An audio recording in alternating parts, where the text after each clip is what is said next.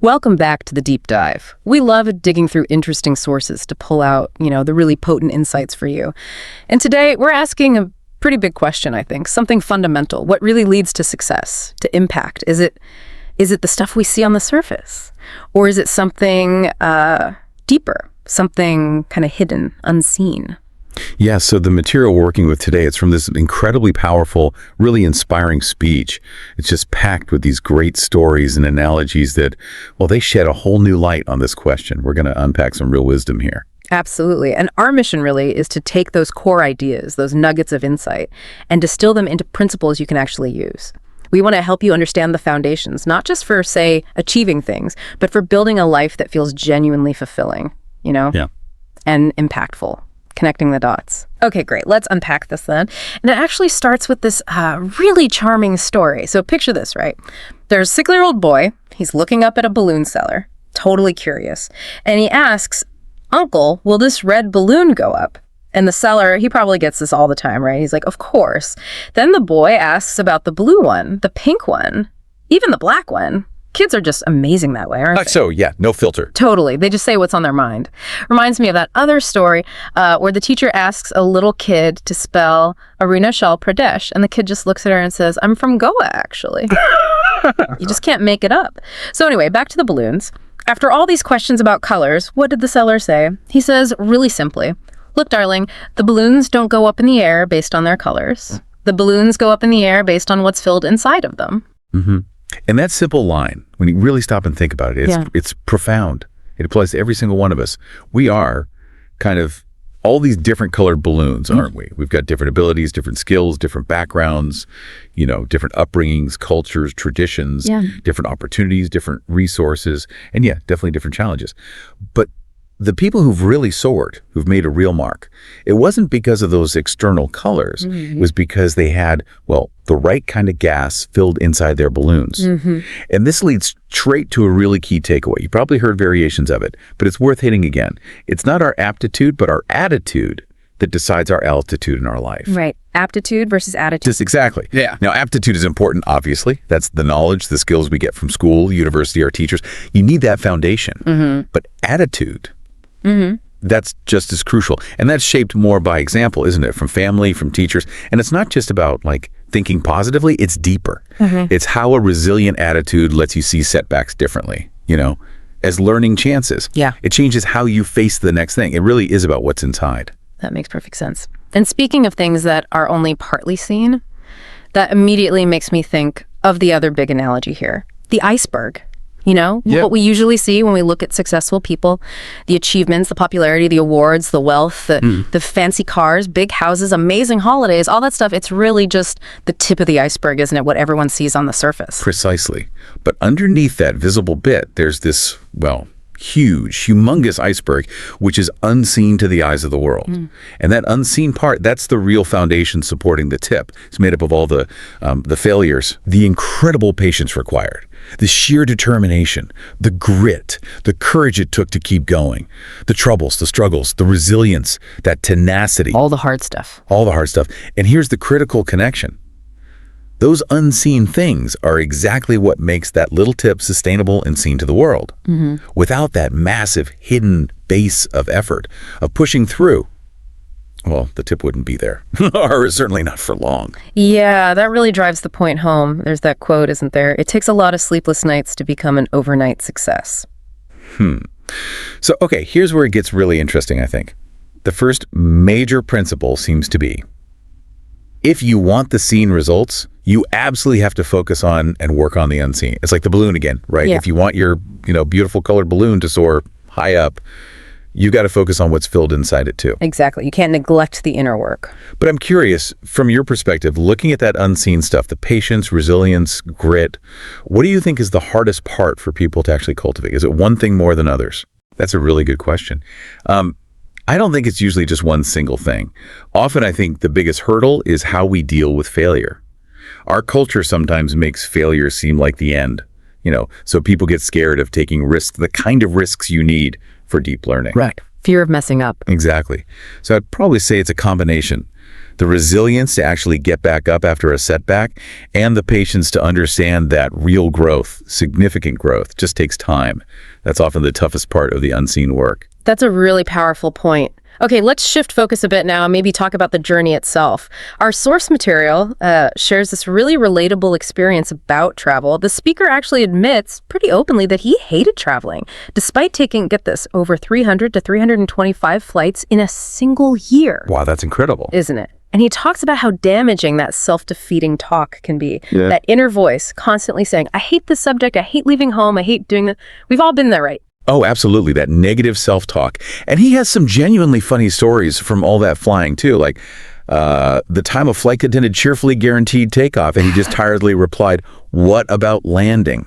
Perfect. Or how he noticed the shift in modern fears. It used to be things like public speaking, death, flying. Now it's your smartphone battery dying, a terrible Wi-Fi signal, and the horror, still buffering when you're trying to stream something. So true. Those are definitely the modern anxieties. And he shares these like extreme travel examples, flying 22 hours to be in the US for just 16 hours to give a talk. Or another time, 17 and a half hours flight time for only 48 hours in New York or 36 hours in Chicago. He even said, an immigration officer joke, why don't you just stay, young man? You're just zipping in and out all the time. It really highlights the intensity, doesn't it? And all that grueling travel, it led him to a core insight, a really important one. In looking forward to the destination very often, you forget to enjoy the journey. Think about it. If you spend those 17 and a half hours on a plane just complaining internally, I hate flying, this food is awful, I hate this seat, then, well, you've essentially created a sheer waste of 17 and a half hours.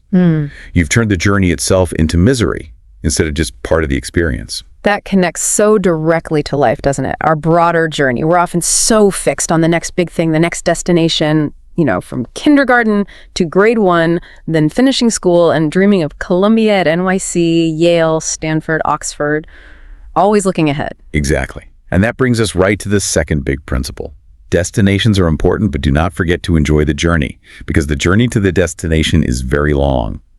This reminds me of another powerful story he shared about a 7-year-old boy in a class in London. The teacher asked the classic question, what do you want to be when you grow up? Others say doctor, lawyer, the drill, but this little boy, apparently very thoughtful, he says, when I grow up, madam, I want to be happy. Wow. Just happy. Yeah. And the teacher, maybe a bit taken aback, tells him, you haven't got the question right. And the boy, with this incredible wisdom, replies, ma'am, looks like you haven't got life right. He even quoted John Lennon, saying something like, everything that we do is wanting to be happy. That 7-year-old, his answer about just wanting to be happy, it just cuts through all the usual career stuff. It's so profound. Why do you think it's so hard for us as adults to genuinely prioritize happiness during the journey instead of just hoping for it at the end? That's a great question. I think maybe we're conditioned to see happiness as a kind of reward, something you get after you achieve the thing. Right, like it's the prize at the finish line. Exactly. We're taught, defer gratification and push through the hard stuff for that future payoff. But what that little boy understood, maybe instinctively, is that the reason we chase anything, career, money, whatever, is ultimately for some feeling of fulfillment or happiness. So if you're miserable the whole time you're pursuing it, well, you're kind of missing the entire point, aren't you? That's a fantastic way to put it. Missing the point of the pursuit itself. Okay, so life. Life inevitably throws curveballs at us, doesn't it? We all face setbacks, failures, disappointments. As the source says, life does what it does to us.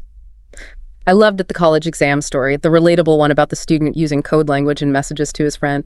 Failed one subject, good morning to you. Failed 2, good morning to you and dad. Yeah, you can just feel the dread building with that second message. And the speaker shared his own very personal story of disappointment, too. Missing out on first rank in his engineering degree by just 4 marks. He was understandably devastated. But his father gave him this piece of advice, really critical advice that stuck. People will forget the grades and people will forget the marks. At the end of it all, what matters is to keep that spark alive. Keep the spark alive.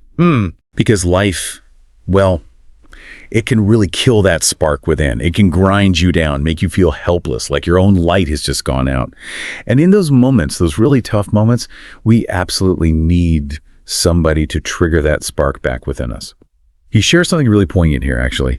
He expresses this deep regret about being rude to his own father, the very person who stood by me to light me up, and his deep sorrow that he never got to apologize before his father passed away back in 2009. Oh, wow. That's incredibly vulnerable and very human. It leads us right into the third principle, doesn't it? The vital importance of finding someone could be your mom, your dad, your teachers, your mentors, your guides, your friends, someone who will light you up when you feel like your spark has gone out.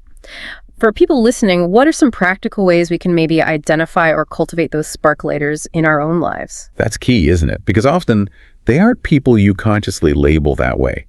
They're the ones who offer support without conditions, maybe. The ones who just listen, really listen without judging, who remind you of your strengths when you've forgotten them yourself. To cultivate those connections, I think it's about being open, being a bit vulnerable yourself, and definitely reciprocating that support when they need it. And, sometimes the spark lighter might not even be a person. It could be a piece of music or art or something you read that just resonates really deeply and ignites something again. That's a beautiful addition. That inspiration can come from unexpected places too. Okay. And finally, let's touch on the last but equally crucial principle. It uses that airline safety analogy, the one we all know about the oxygen mask. Make sure your mask is in place before you help children, infants, or others. Right. And this connects so directly to our purpose in life. Mark Twain had that famous quote, didn't he? There are two most important days in life. One is the day when we were born, and second is the day we find out why we were born. Yeah, finding your why. Exactly. And the source material is really clear on this point, speaking directly to you, the listener. You were all born to make a difference. You were all born to be change makers. You were all born to be a catalyst of change in the sometimes dark world that we live in. That's a really empowering message, a call to action almost. But the critical link, bringing it back to the oxygen mask, is this simple truth. If you don't have your mask on, you wouldn't be able to put the mask on anybody else's face at all. Yeah. It seems so obvious, but we overlook it all the time in the rush to help or fix things for others. So what does that look like? Practically. Practically, it means this, straight up. Do not forget to care for yourself. Seriously. Yeah. You deserve more than what you're giving yourself. More respect, more love, more time, more kindness, more compassion. In real terms, that could mean setting better boundaries, actually taking breaks when you need them, making time for a hobby you enjoy. Getting enough sleep, maybe. Definitely getting enough sleep. Or just allowing yourself quiet moments. It's not selfish. It's essential fuel. Because only when you receive all of that, when your own well is full, you will definitely be in a position to share it with others. You can't pour from an empty cup. Yeah, absolutely. So our fourth and final principle is simple, but wow, it's impactful. Taking care of yourself, building your own inner strength isn't optional. It's fundamental if you actually want to make the difference you're here to make. Yeah, what a deep dive that was. We've covered some really powerful ground today, I feel. First, that idea that our altitude, our success, isn't about the external colors, but what's filled inside, our attitude, our inner core. Second, really understanding that the visible success, that tip of the iceberg, is completely held up by that huge unseen foundation of failure, grit, resilience, all the struggle. The unseen work. Third, that crucial reminder to actually enjoy the journey, not just fixate on the destination, because happiness isn't just waiting at the end. It's supposed to be part of the ride. Yeah, find joy along the way. And finally, the absolute necessity of finding those people or things that light your spark when it dims, and maybe most importantly, practicing that radical self-care, putting your own oxygen mask on first so you can help others. Absolutely. So maybe a final thought for everyone listening to consider, building on all this.